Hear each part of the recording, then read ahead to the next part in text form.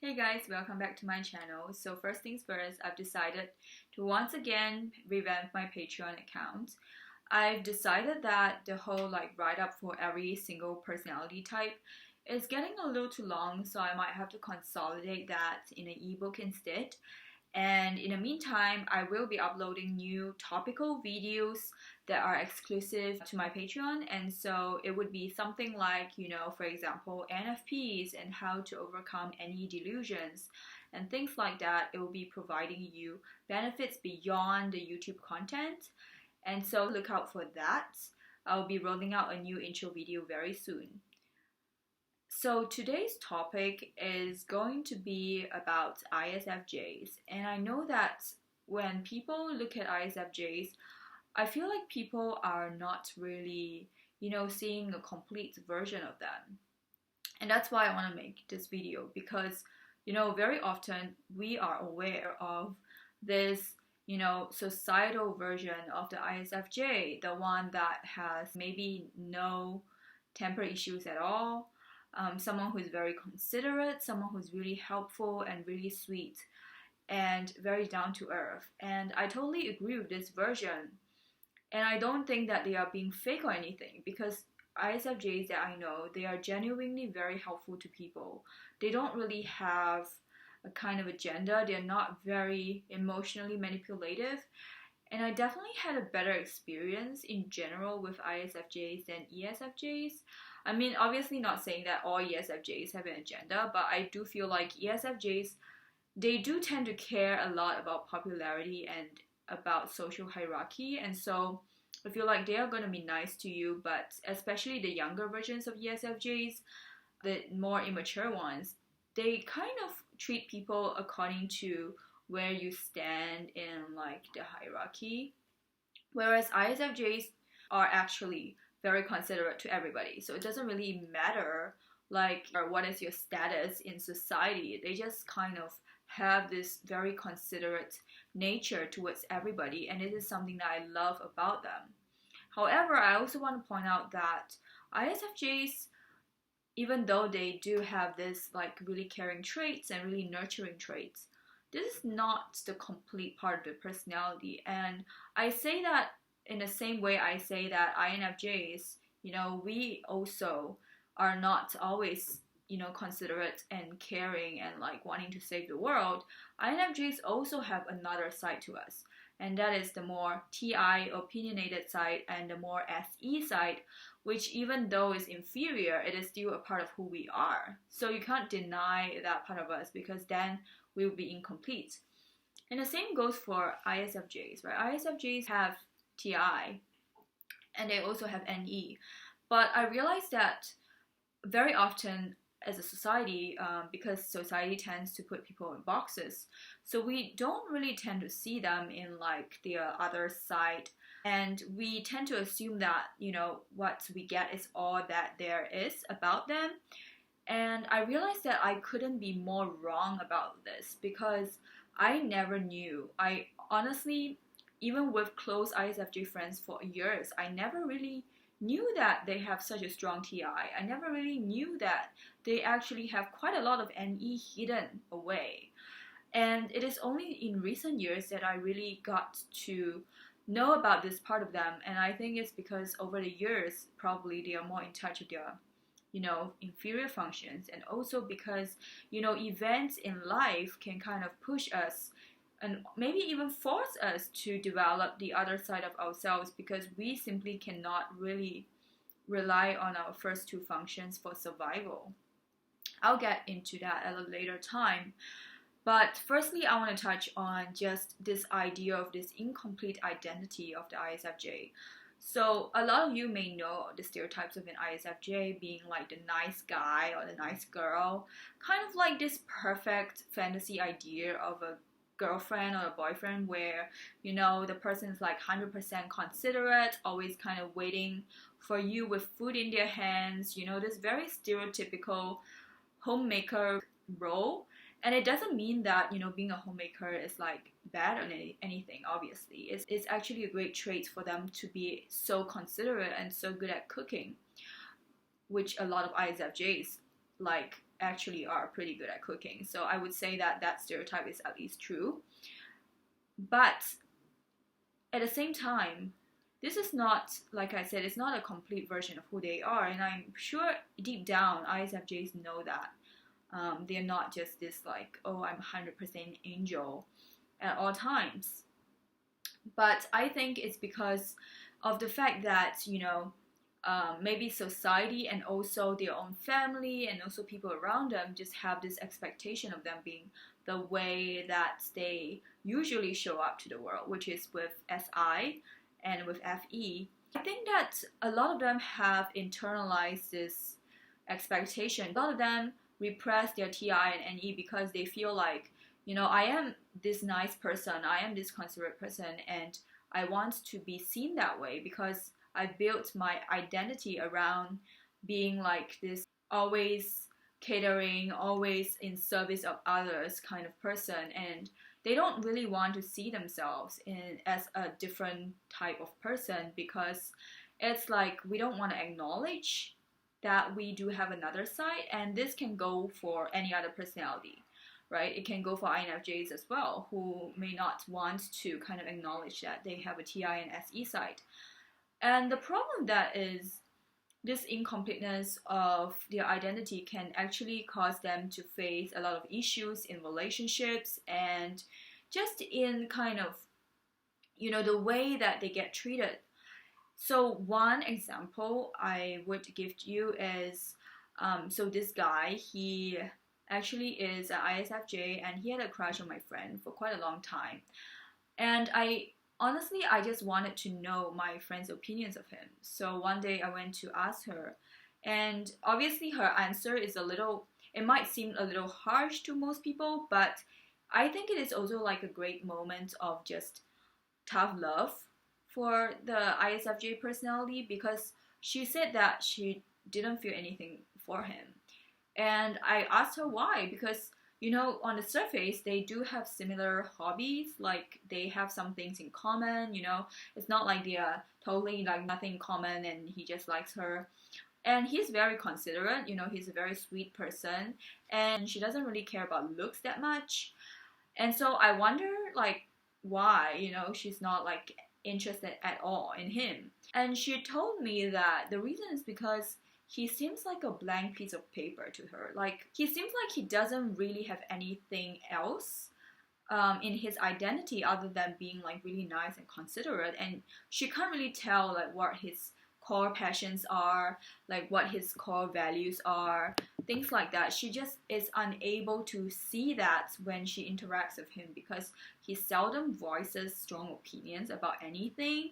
And he's just like very smiley and very sweet to everybody. She doesn't really see like what he cares about, things that are more like personal to him and, things that he stands for.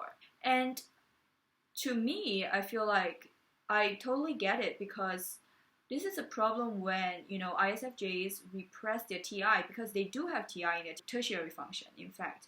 And TI is where you show your values, you show your own opinion. You don't have to do it in an ESTP way or ENTP way where you just like be very in your face about your own opinions. But anyone with kind of a working TI can still show like, maybe I disagree with you on this, or I have this other thoughts about this issue, or I believe that about this and you may disagree, but I still believe this, right? You always see this kind of independent thinking pattern when it comes to TI types. But with that person in particular, because he represses TI, so he seems to be kind of a people pleaser, like he is able to get on everyone's good side. But at the same time, my friend is unable to see like his real, authentic values and opinions and kind of what he holds dear to himself. And I think this is something that can really affect ISFJs when it comes to finding a good relationship. Another problem with this tendency when they do repress TI and NE is that some ISFJs tend to, by my observation, get into very toxic relationship dynamics. And there are many theories that can explain why this tends to happen. One theory is actually by Carl Jung. So again, I don't really have the exact quote here, but Carl Jung has this like theory that, there are some women out there. He said women, but I think it can also apply to men. Basically, people who are kind of afraid of their own like anger or afraid of their own dark side, they tend to repress that and seek out the dark side in other people. So for example, it can also apply to INFJs, by the way. So if you're unable to kind of acknowledge that you have a stronger side in yourself that you may see as dark or kind of, bad, then you might try to suppress it in yourself, and then you seek to express it via other people. And that can actually lead to some very unhealthy relationship dynamics. For example, an ISFJ who maybe has some kind of, problem showing his or her boundaries may actually find someone who is, all about himself or herself and just doesn't really care about their needs because they cannot express their needs. So they find someone who is kind of the opposite of that. And that is the problem because this relationship dynamic is very unequal. It's very imbalanced.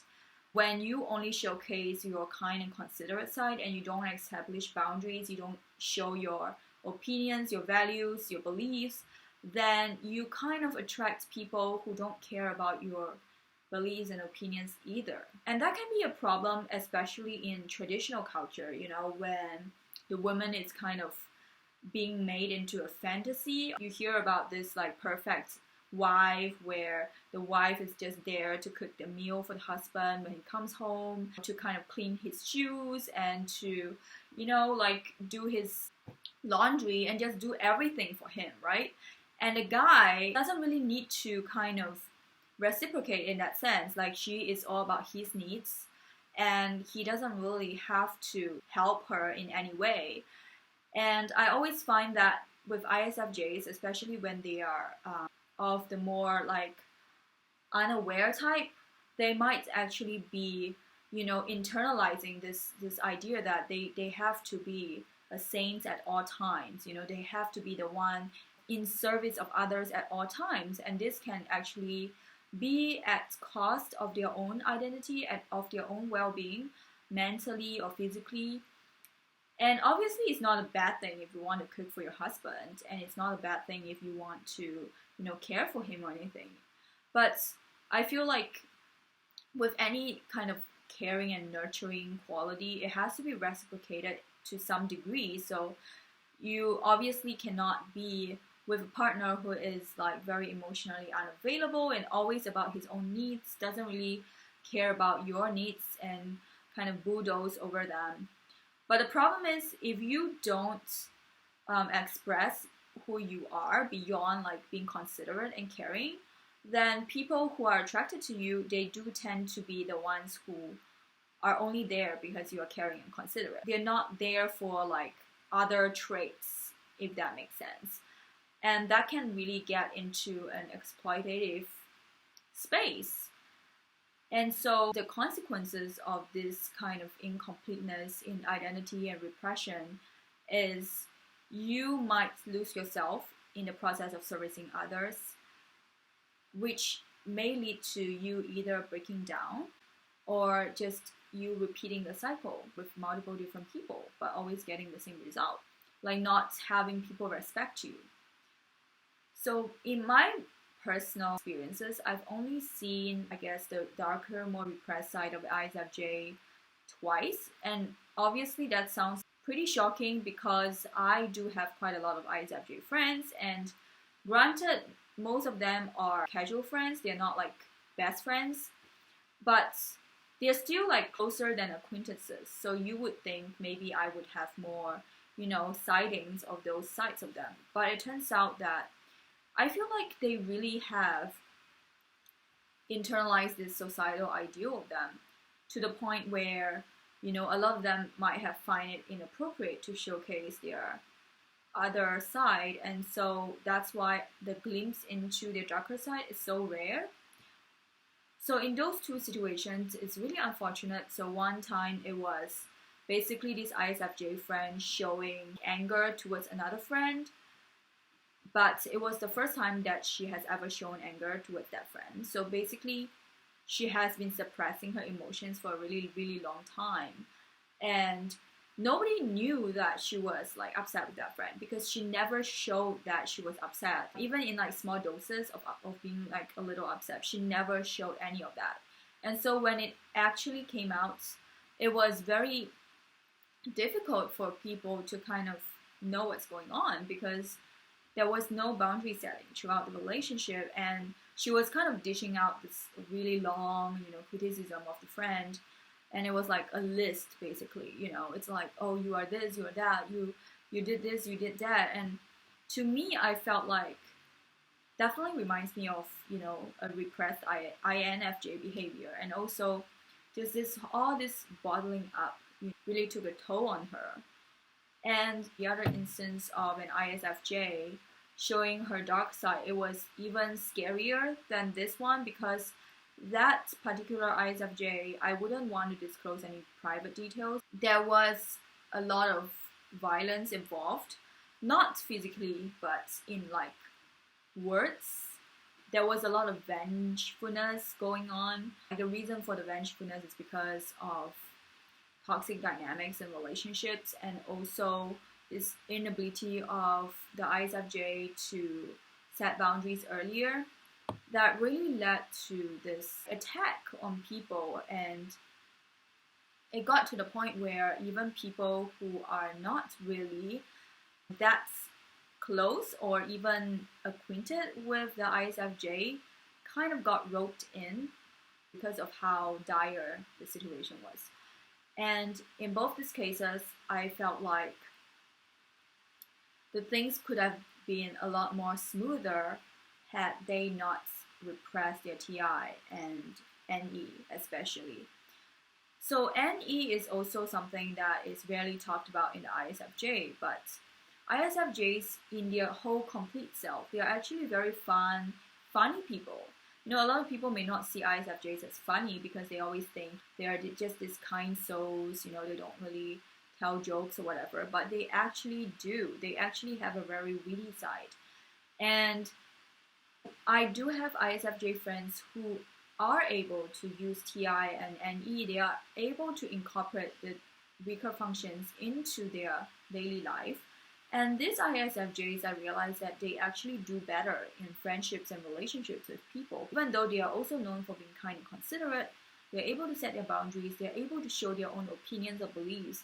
And people are more interested in them as a whole because they are able to kind of show the full side of who they are. And with NE, ISFJs can be pretty quirky, they can be pretty fun to be with. They can have a very goofy sense of humor. They can be pretty random with their sense of humor. I do have a few ISFJ friends who have very acute observations of society, and they tell it like a joke, right? And it's something that ENTPs do. And I do recognize that because every ISFJ, they do have an ENTP side to them because of their functions being the same, just flipped, right? So I just want to make this video as an encouragement to ISFJs to not repress your weaker functions, because your weaker functions make who you are. Definitely your SI, the acceptance of society's, traditions, very kind of passive, and your FE being very caring, those are who you are. But your TI and NE are also part of who you are. So if you are able to display all these traits, it's like a spectrum of traits. There's actually a lot of surprises within the ISFJ personality. They can be very fun to be around. They can be very lighthearted. They can just be a great positive influence on your life. And, I just really hope that all ISFJs can, be able to eventually become who they are meant to be and not have to deal with all the bullshit, and then become a dark force as a result of dealing with too much bullshit and not being able to process that. As usual, remember to like and subscribe if you enjoyed the video. I'll see you soon. Bye.